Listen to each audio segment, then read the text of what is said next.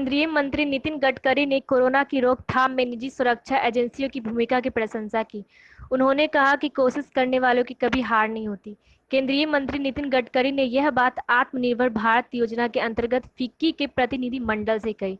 प्रतिनिधि मंडल का नेतृत्व युवा नेता ऋतुराज सिन्हा ने किया। प्रतिनिधि मंडल ने वेबिनार के माध्यम से गडकरी से मुलाकात की।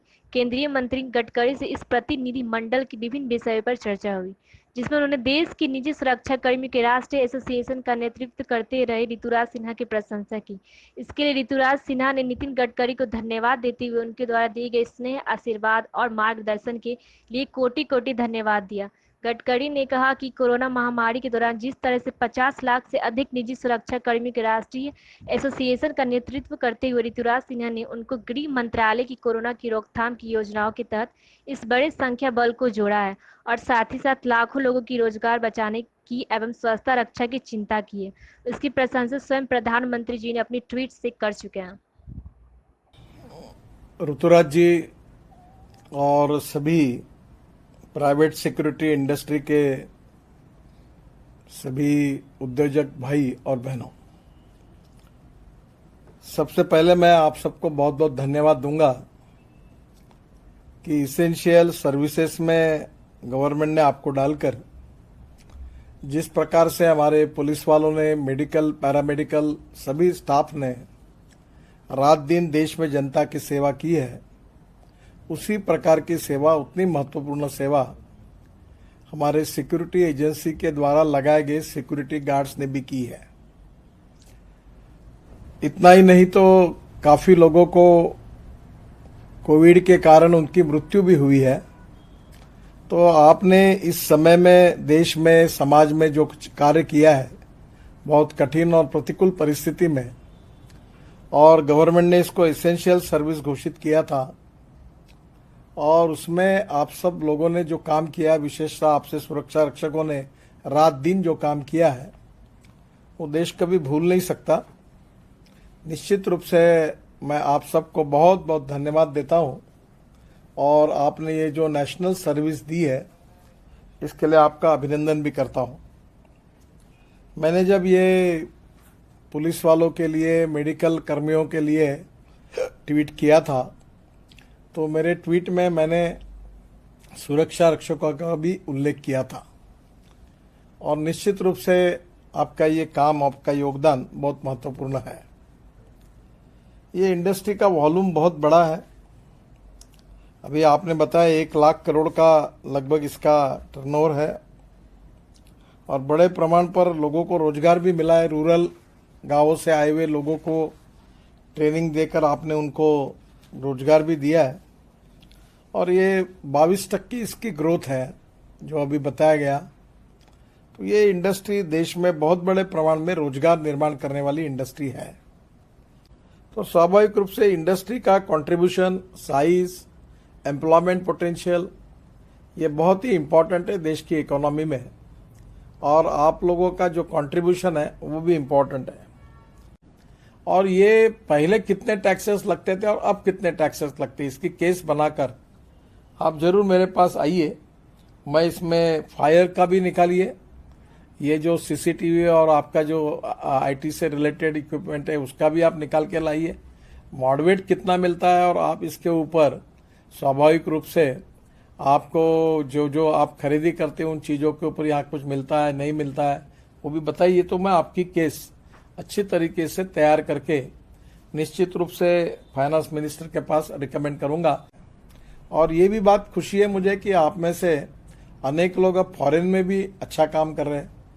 ऋतुराज जी भी करते हैं और बाकी भी लोग अनेक जगह पर कर रहे हैं, उनकी कंपनियां भी वहाँ अच्छा काम कर रही है। तो ये इंडस्ट्री को बहुत बड़ा पोटेंशियल है, ये रोजगार देने वाली है। और एक बात मुझे आपसे बतानी, जैसे आयुष्य की योजना है, इंश्योरेंस की योजना है, तो अभी जैसे आपके पास काम करने वाले लोगों की संख्या अब 1 करोड़ की है और उनका आप इंश्योरेंस निकालते हैं, तो मेरे मन में आया, मैं एकदम आपको अभी मैं सोशल माइक्रो फाइनेंस इंस्टीट्यूशन करके एक नया मॉडल तैयार कर रहा हूँ कि 10 लाख रुपए तक का लोन किसी को मिले। तो आप भी आपकी एक एनबीएफसी टाइप एक इंश्योरेंस कंपनी और फाइनेंस कंपनी खोल दो, तो जाके ये आपके एसोसिएशन के द्वारा कि जिसका इंश्योरेंस आपकी कंपनी ही करेगी सबका, तो नेचुरली उसके बेनिफिट्स मिलेंगे। कोई तो भी आप में से डिटेल में पूरा इंटीग्रेटेड अप्रोच में सभी बातों का अध्ययन करके और इस बिजनेस की भविष्य की अपॉर्चुनिटी को देखते हुए इसकी एक अप्रोप्रिएट विजन आप लोग जरूर तैयार करिए। जहां तक एमएसएमई के सेक्टर में इसको लाकर इसको क्या क्या बेनिफिट दिए जा सकते हैं, मैं जरूर इसके ऊपर विचार करूंगा। नए परिप्रेक्ष्य में आप निश्चित रूप से इस क्षेत्र के बारे में जरूर सोचकर अध्ययन करके आप दिल्ली में मेरे पास आइए। मैं पॉजिटिवली पूरी मदद करूंगा, आपके साथ खड़ा रहूंगा, क्योंकि आप सबसे इम्पोर्टेंट चीज है कि जो मेरे सामने है कि अब देश में दो बड़ी समस्या है। एक है गरीबी और दूसरी है हमारी जो समस्या है कि वो रोटी कपड़ा और मकान हर गरीब को मिलना चाहिए। अब ये रोटी कपड़ा मकान कब मिलेगा? जब बिजनेस इंडस्ट्री डेवलप होगी तो कैपिटल आएगा, कैपिटल आएगा तो इंडस्ट्री डेवलप होगी, इंडस्ट्री डेवलप होगी, सर्विसेज डेवलप होगी तो रोजगार मिलेगा, रोजगार मिलेगा तो गरीबी दूर होगी। तो इरेडिकेशन ऑफ पॉवर्टी का संबंध आखिर प्रोग्रेस के साथ है, डेवलपमेंट के साथ है, विकास के साथ है। और मैं तो कोशिश कर रहा हूं कि 115 एस्पिरेंट डिस्ट्रिक्ट्स जहां पर कैपिटा इनकम और जीडीपी निग्लिजिबल है और जहां एग्रीकल्चर, रूरल, ट्राइबल, जंगल वहां लोग रहते, उन लोगों को कैसे एम्प्लॉयमेंट मिले। Innovation, entrepreneurship, science, technology, research, skill and successful practices, we name it as a knowledge and conversion of knowledge into wealth is the future for the country. तो मैं ये मानता हूं कि इन सब बातों के लिए हमको एक नई विजन लेकर पॉजिटिविटी के साथ, आत्मविश्वास के साथ आगे जाना है। सरकार आपके साथ है, हम सब आपके साथ है। जो जो आपके विषय मैंने लिए नोट भी किए, आप भी थोड़ा स्टडी करके मुझे केस लाके दीजिए, मैं आपको पॉजिटिव मदद करूंगा। फिर से एक बार आपके सेक्टर के सभी लोगों को, विशेष रूप से जो बेचारे ग्रास रूट लेवल पर जिन्होंने रात दिन मेहनत और परिश्रम की, उन सुरक्षा गार्डों को और उनको गाइड करने वाले आप जैसे लोगों को, आपका भी महत्व कम नहीं है। इस कठिन स्थिति में आपने संघर्ष की स्थिति में, बहुत ही अड़चन की स्थिति में जो देश के कार्य में योगदान दिया है, इसके लिए मैं एसेंशियल सर्विसेज सरकार ने इसको जाहिर किया और आपने रियली बहुत बड़ा आपका कंट्रीब्यूशन है। रात दिन कठिनाई में भी आपके लोगों ने काम किया है। उनको फिर से एक बार दिल से बहुत बहुत धन्यवाद देता हूं, आपको अभिनंदन करता हूं, देश की जनता की तरफ से आपका अभिवादन करता हूं। और निश्चित रूप से हम होंगे कामयाब। कोशिश करने वालों की कभी हार नहीं होती। और वाजपेयी जी की एक कविता थी कि कदम से कदम मिलाकर चलना होगा।